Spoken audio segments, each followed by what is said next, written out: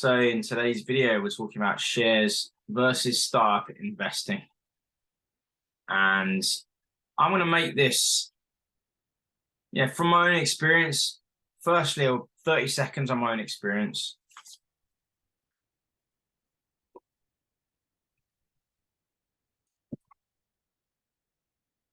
So in this video, shares versus startup investing first. 10 seconds on my experience. I've invested in shares since 2007. Terrible time to invest, by the way. Since then, I've invested in lots of different styles of stocks. And since 2020, I've been investing in startup investing, otherwise known as angel investments. And I'm going to talk about shares versus startup investing in general for a moment, and then specifically in 2023.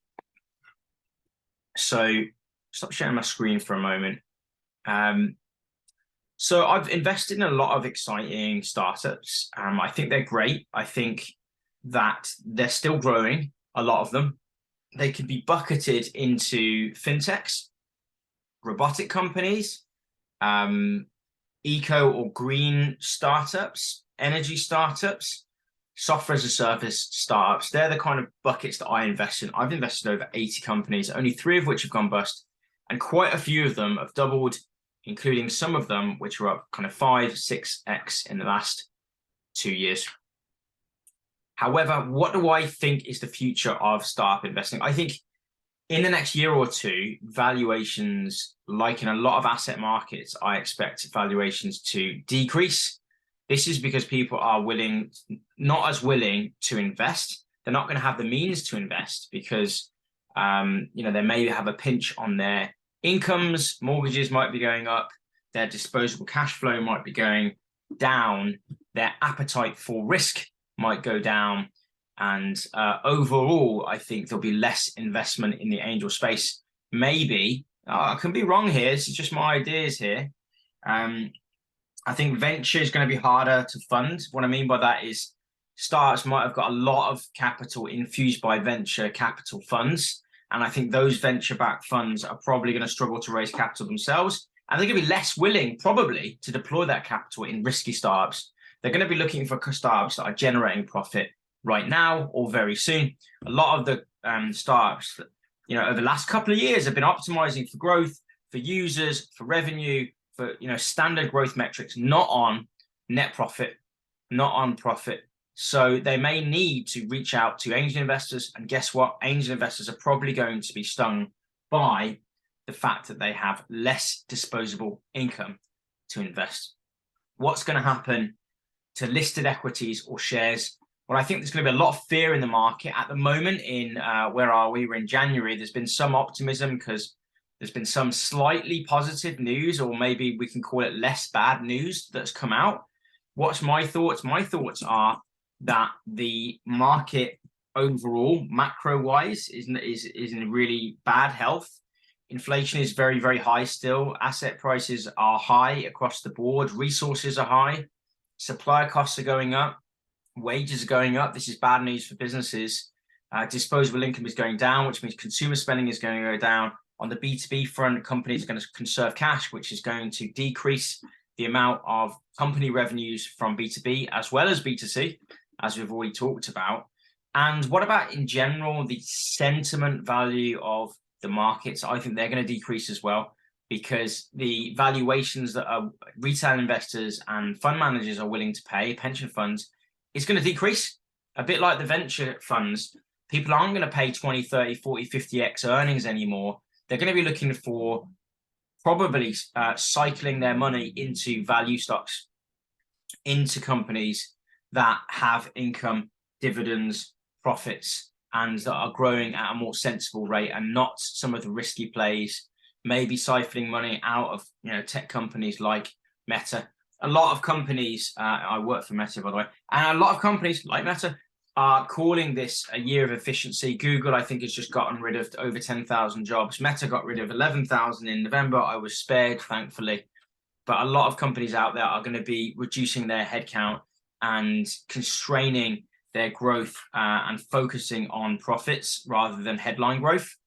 So what's that going to mean for stocks? I think valuations are going to decrease, as I mentioned. I think stocks are going to get cheaper, even cheaper than they are now, which is unbelievable. I think they're very cheap now. You can pick up some fantastic stocks that I particularly like. Tortilla, Cakebox. There's a lot of companies that I think are really good value. I think the banks are potentially good value. I think resource companies might be good value, with oil and steel and other commodities, probably maybe having quite a high level in 2023. That might mean that these companies still can produce high profit margins. But what does a small investor do? If you've got 10K to invest this year, what are you going to do? Let me know what your thoughts are. What I'm going to do is I'm not going to be investing in as much startups. I'm going to be monitoring to see which companies are going to be doing well. I have one or two companies I think are going to do very, very well. And if they come back to the market, I might invest more. I do feel quite interested in the robotics companies because I think they're disruptive. They're going to change the world. They're going to have a lot of appeal. They're going to have a lot of interest and sales, I think. So companies like Ally Robotics and Misa Robotics and Graze and Nomi and Blended, I see that trend continuing in the startup phase, in the startups that I invest in. And I want to monitor that progress. I know that there is an open round for Ally Robotics, and Blended is also up for another round of investment. So you can invest in both those companies as we speak. I'm probably going to be putting my money into companies and spaces which produce income. So I think in the last couple of years, I've been doing kind of passive income, like thinking about and passive investing, thinking about companies to back, that are going to be doing very well potentially in the future.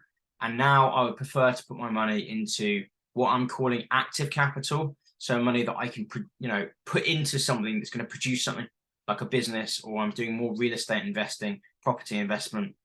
I think there's going to be a crash in the property market as well. So that's where I'm putting my money. But I do think there is tremendous value in the stock markets at the moment compared to startups where valuations are quite high. I think in the listed equity space, I think there's particular value. I think in 10 years' time, we'll look back at 2020. I think we'll look back at 2023, 2024, this dip that we're in at the moment as being exceptional times to buy good quality companies at low prices. It's just an idea of mine. I think, I'm not always right. I am often right, but I'm not always right. But let me know what you think. Are you investing in shares, in startups? Do you think there's opportunity in property? Are you investing in other things? I'd love to know your comments in the comments section below. And I've got kind of playlist on all of these things, guys. I've actually started to do some redevelopments of some of my properties, and I'm actually looking to raise some funds to do more property deals. And I think I'm probably going to start producing some content on the property, just because as a percentage of the assets that I own, it produces the most income for me, at least. And I think it's the most reliable, and I think it's the most stable. And I think in these potentially unstable times, 2023, 2024, remember, I'm talking in January here. People are confident at the moment.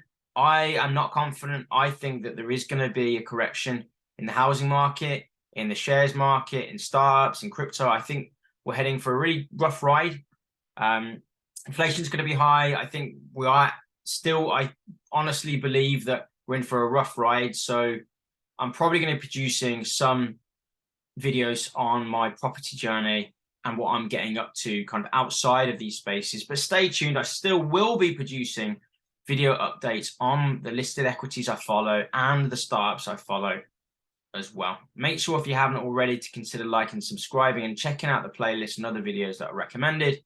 Share, like, comment, all of that jazz, and I'll see you guys in the next upcoming video. Take care.